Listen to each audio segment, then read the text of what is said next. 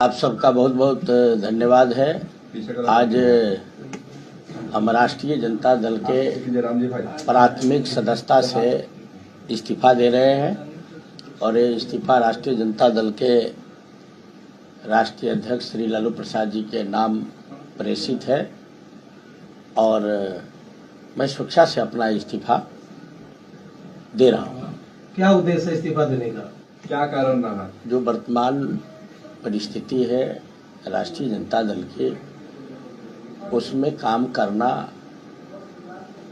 मुझे सूट नहीं किया और सूट नहीं कर पा रहा है, इसलिए मैंने स्वेच्छा से, किसी तरह का कोई विवाद नहीं है, लेकिन मैंने तय किया कि राष्ट्रीय जनता दल में अब काम नहीं करेंगे, क्योंकि इसके जो कार्य करने की जो प्रणाली है, जो प्रक्रिया है, जो तौर तरीके हैं, वो मुझे सूट नहीं किया और वर्तमान परिस्थिति में नहीं कर पा रहा है, इसलिए मैं स्वेच्छा से पार्टी ने तो बहुत सम्मान दिया, लोग कह रहे थे। मैं कह रहा हूँ पार्टी ने सम्मान दिया, हम पार्टी के लिए काम भी किए, लेकिन हमें बिहार की तरक्की चाहिए, इलाके की तरक्की चाहिए, विकास चाहिए और केवल हम आपका सम्मान करें, आप मेरा सम्मान करें, इसके लिए तो राजनीति नहीं न है। राजनीति तो लोगों के लिए है और लोगों का विकास और कल्याण और भलाई जैसे हो, उसके लिए पॉलिटिकल व्यक्ति को या राजनीतिक दल के कार्यकर्ता को काम करना। किस तरह से झुकाव आगे मतलब किस पार्टी में ज्वाइन करेंगे? और हम निर्णय ले रहे हैं। अभी वर्तमान समय में हमने देखा कि देश में एक बड़े आंदोलन हो रहे थे, लेकिन सरकार ने डेमोक्रेटिक लाइन का अनुकरण करते हुए जो आंदोलनकारी के डिमांड थे, सभी डिमांड को भारत सरकार ने माना है। और बिहार में सम्राट चौधरी जी बिहार के जब से मुख्यमंत्री बने हैं, ये भी डेमोक्रेटिक लाइन पर बिहार में अच्छा काम कर रहे हैं। 2-3 काम मुझे बहुत प्रभावित किया। एक तो लंबे समय से बिहार में परिसीमन बाकी था, नीचे स्तर की जो सरकार है पंचायत सरकार में, तो परिसीमन नहीं हुए थे और चुनाव बिना परिसीमन के होना लगभग तय था, लेकिन मुख्यमंत्री जी ने तय किया कि नहीं, हम परिसीमन करा करके चुनाव कराएंगे, जिससे जो राजनीतिक कार्यकर्ता गांव लेवल पर वार्ड, पंचायत, जिला परिषद के चुनाव लड़ते हैं, उन लोगों में काफ़ी खुशी है कि परिसीमन के बाद सीट भी बढ़ेंगे और ज़्यादा कार्यकर्ता इसमें भाग ले पाएंगे, डेमोक्रेसी को मजबूत करेंगे। ये बड़ी पहल है, एक सहयोग उनका कार्यक्रम है जिसमें कोई भी व्यक्ति अपनी समस्या रख सकता है और उसके निदान के लिए समय निर्धारित है। ये भी बड़ी अच्छी पहल है।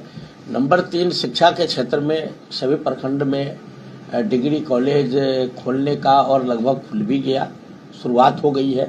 तो शिक्षा के क्षेत्र में एक क्रांति है कि कम दिनों में मुख्यमंत्री जी ने बेहतर काम किए हैं और अपराध से कोई समझौता नहीं। और इसी बीच में आपने देखा कि IAS ऑफिसर जो भ्रष्टाचार में कहीं न कहीं से उनका नाम आया, उन्हें निलंबित कर दिया गया। तो ये बड़ा काम है और ये काम होने से जनता का भरोसा बनता है। इसलिए हमने तय किया है कि भारत में श्री नरेंद्र मोदी जी ने एक इतना बड़ा काम किया जो हजारों काम से बड़ा है। 370 धारा हटाना हम समझते हैं ये भारत की आवश्यकता थी, जरूरत थी और अखंड भारत के लिए वह कलंक था 370। इसको इन्होंने हटाया, अब बड़ी बारीकी से टकल किया और आज पूरा भारत एक है। हम कश्मीर गए थे एक कार्यक्रम में, जब हम सांसद थे, वहाँ जब हमने भारत का नाम लिया तो वहाँ कार्यक्रम में बैठे लोगों ने इसका विरोध कर दिया कि नहीं, हम भारतीय नहीं, हम कश्मीरी हैं। मुझे बड़ी तकलीफ हुई, मैं बीच कार्यक्रम को छोड़कर मैं वहाँ से चल दिया। ये मुझे बहुत तकलीफ दे था, लेकिन आज ऐसा नहीं है। पूरा जम्मू कश्मीर, लद्दाख सब भारत के अंग है कम्प्लीटली और 370 हट गए। तो ये बड़ा काम हुआ है। पार्टी में किसी से नाराजगी भी है या? नहीं, मुझे किसी से नाराजगी नहीं है। हमने आगे भाजपा ज्वाइन करेंगे। मैं कल भारतीय जनता पार्टी की सदस्यता ग्रहण करूंगा, ऐसा हमने तय किया है। और सीधा कारण है कि हमने सीतामढ़ी में विकास के बहुत सारे काम किए जब हम सांसद थे। इसके बाद मौका नहीं मिल पाया तो मैंने मुख्यमंत्री जी से मेरी बात हुई। मुख्यमंत्री जी विकास कर रहे हैं और आगे भी विकास के आश्वासन उन्होंने दिया कि हम लोगों के लिए काम करेंगे। जनपक्षी सरकार है तो हम भारत सरकार और बिहार में दोनों सरकार है और काम कर रही है, तो हम इन लोगों के सहयोग से सीतामढ़ी को आगे बढ़ाना चाहते हैं। मेरे जीवन का संकल्प है, पद बड़ा नहीं होता है, व्यक्ति का कर्म बड़ा होता है। अब जाकर के देख लीजिए, 100 आदमी से पूछे 95 आदमी बताएगा कि आज़ादी के बाद सबसे बेहतर काम अर्जुन राय ने किया है। बेहतर किया है लेकिन काम पूरा हुआ नहीं। और आपको मालूम है, जो प्रति व्यक्ति आय से ही वहाँ के लोगों का जीवन स्तर का पता चल जाता है। पूरे देश में एक व्यक्ति की प्रति व्यक्ति आय 1 लाख से ज़्यादा है। बिहार में औसत एक व्यक्ति की आय 76,000 से ज़्यादा है। सीतामढ़ी में मालूम है, सीतामढ़ी में एक व्यक्ति की आय 21,000 रुपये है साल में। बिहार देश में सबसे गरीब 3 जिले हैं, 1 नंबर में शिवहर, 2 नंबर में अररिया और 3 नंबर में सीतामढ़ी, जहाँ हम काम कर रहे हैं। यहाँ औड़ाई है, औड़ाई बाढ़ का इलाका था। हमने बाढ़ से मुक्ति लगभग दिलाई। कम समय ही एमएलए और मंत्री रहे तो हम केवल बाढ़ से मुक्ति, अपराध से मुक्ति, और आप बगल में जाके देखते होंगे NH 527 थी।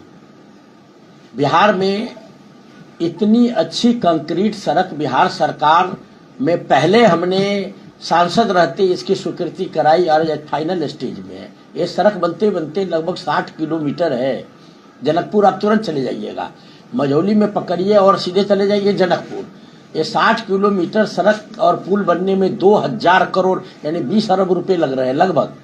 तो इस इलाके का तस्वीर बदल गया उस सड़क बनाने से। ऐसी कई बड़ी बड़ी सड़कें, स्टेट हाईवे, नेशनल हाईवे, तत्कालीन मुख्यमंत्री श्री नीतीश कुमार जी के सहयोग से और भी देश में उस समय जो मंत्री थे उनके सहयोग से हमने औड़ाई का इलाका हो, मुजफ्फरपुर उत्तरी का इलाका हो या सीतामढ़ी का हो, हम दिन रात लोगों के विकास में लगे रहे। आज भी हम लोगों का कल्याण चाहते हैं।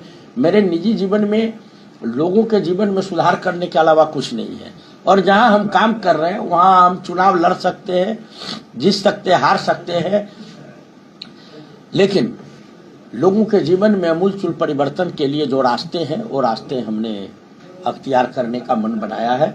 और संभावना है कि कल हम श्री नरेंद्र मोदी जी की अगुवाई वाली जो पार्टी काम कर रही है देश में, श्री नितिन नवीन जी जिसके राष्ट्रीय अध्यक्ष हैं, और बिहार में श्री सम्राट चौधरी जी की अगुवाई में काम करने वाली पार्टी गठबंधन, और उसी में भारतीय जनता पार्टी की मैं सदस्यता कल लेने की तैयारी में हूं। और निश्चित रूप से हम कल से सीतामढ़ी और इस इलाके और बिहार के तरक्की में अपनी भूमिका अदा करने का प्रयास करूंगा।